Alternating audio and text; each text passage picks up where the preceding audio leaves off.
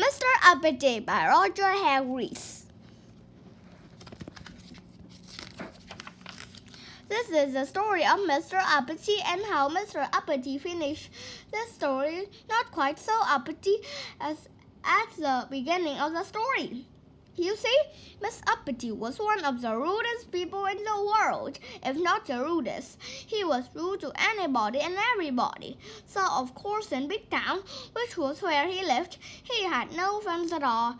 No one, miserable old Uppity, they used to call him, and he certainly looked it.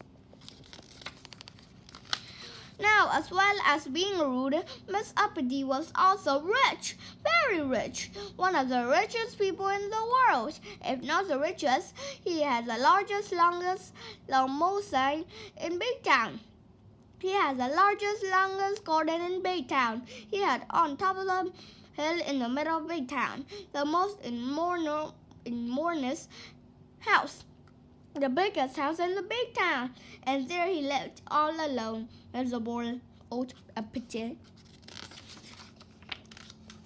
One day, Mr. Uppity was walking in the gardens of his enormous house when suddenly he heard a little voice. "Hello," said the voice. Miss Uppity looked, and there in one of his hundreds of flower beds was a goblin. "Aren't you going to say hello to me?" asked the goblin. "Go away," said Miss Uppity rudely. "Oh, I know who you must be," said the goblin. "You must be Miss Uppity, so rude to everybody." "Humph," sniffed Miss Uppity rudely. "Well, I know someone who wants to meet you," said the goblin, and skipped off the way goblins do. "Come on," he called over his shoulder. Miss Uppity curiosity got the better of him. He followed. "And there," said the goblin, pointing at a small hole in a tree. "Don't be silly," snorted Miss Uppity. "Oh, I'm not being silly," said the goblin. "Yes, you are," snapped Miss Uppity. "I can't possibly get in here." "There." "Ha ha," smiled the goblin. "Aha," said the goblin, and then he said a magic word known only to goblins, which sounded like wobbly gobbly gook, or something like that. Suddenly Miss Uppity started shrinking, and he shrank until he was exactly the same size as the goblin. "Turn me back to my proper size at once," spluttered Miss Uppity in a rage. "Shan't," whined the goblin. And so saying, the goblin climbed through the hole into the tree. Poor Miss Uppity didn't know what to do, so he followed him. Inside the tree there was a staircase going down and down. Do you know where it led to? It led directly to the kingdom of the goblins. "That's where." "I demand to be taken immediately, whoever in charge," said Mr. Uppity, angry. "Oh, you shall," whined the goblin, and he led Miss Uppity through the streets of the kingdom of the goblins until they came to a palace. "Halt! Who goes there?" cried the goblin, searching at the gate. "I have brought Mr. Uppity," said the goblin. "Oh," said the sentry, and smiled. The goblin and Miss Uppity passed through the gates and into the courtyard, and through some more gates and a long corridor, and through some large gold doors and into a huge room. There, sitting on a gold throne, was the king of the goblins. "Your Majesty," announced the goblin, bowing low, "may I present Miss Uppity?" "Oh," said the king, "so you're a fellow who goes about being rude to everybody and doesn't have any friends?" "Nonsense," said Miss Uppity rudely. "I can see that what I've heard is true," said the king, looking at indignant Miss Uppity. "You're much too puffed up with your own importance. Therefore," he counted, "I am going to allow you to be turned back to your proper source. But when you get back to Big Town, if you've rude to anybody at all, you will immediately shrink to the size you are now. Do you understand?" The goblin then took Miss Uppity pass through the kingdom of the goblins, and take up the staircase. Then, and out of the tree at the bottom of Miss Uppity's gardens. Then the goblin looked at Miss Uppity and said something which sounded like golly gobbly bow, or something like which probably gobbly gook, said backwards. And Miss Uppity grew and grew back to its ordinary size. Now you remember what the king said, warned the goblin. Don't be so uppity in future.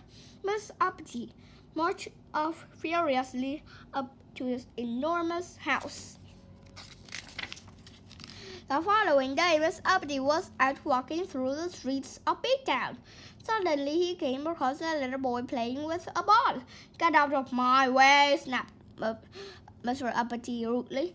But as soon as he said, "You know what happened, don't you?" Yes, Miss Uppity shrank and shrank until there was no bigger than a ball the boy was playing with. "Oh dear," he gasped. And then he thought, "I'm sorry," he said to the boy. "What I meant to say was, please could I get past?" Immediately, Miss Uppity grew to its ordinary size, and the boy moved.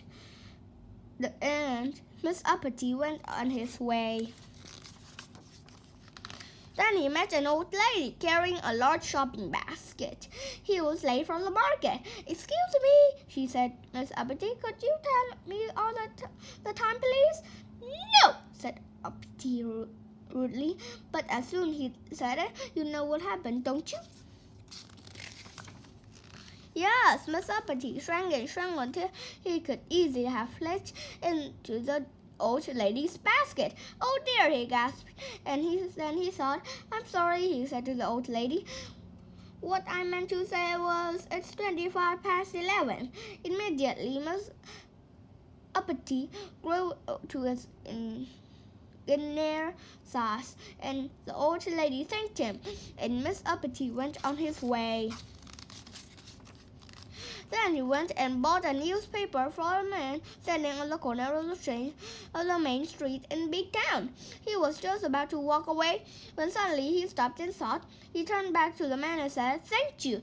"Thank you" were two words Miss Uppity had never used before. The man smiled. A smile was something Miss Uppity wasn't used to getting. Then Miss Uppity was stopped by a man who asked if he could tell him the way to the bank. Miss Uppity was about to say no when he thought, "Yes," he said, and told the man. "Thank you," said the man. "Thank you" were words Miss Uppity not only never used, but were words he had never had that to him before. Miss Uppity smiled. He felt happy.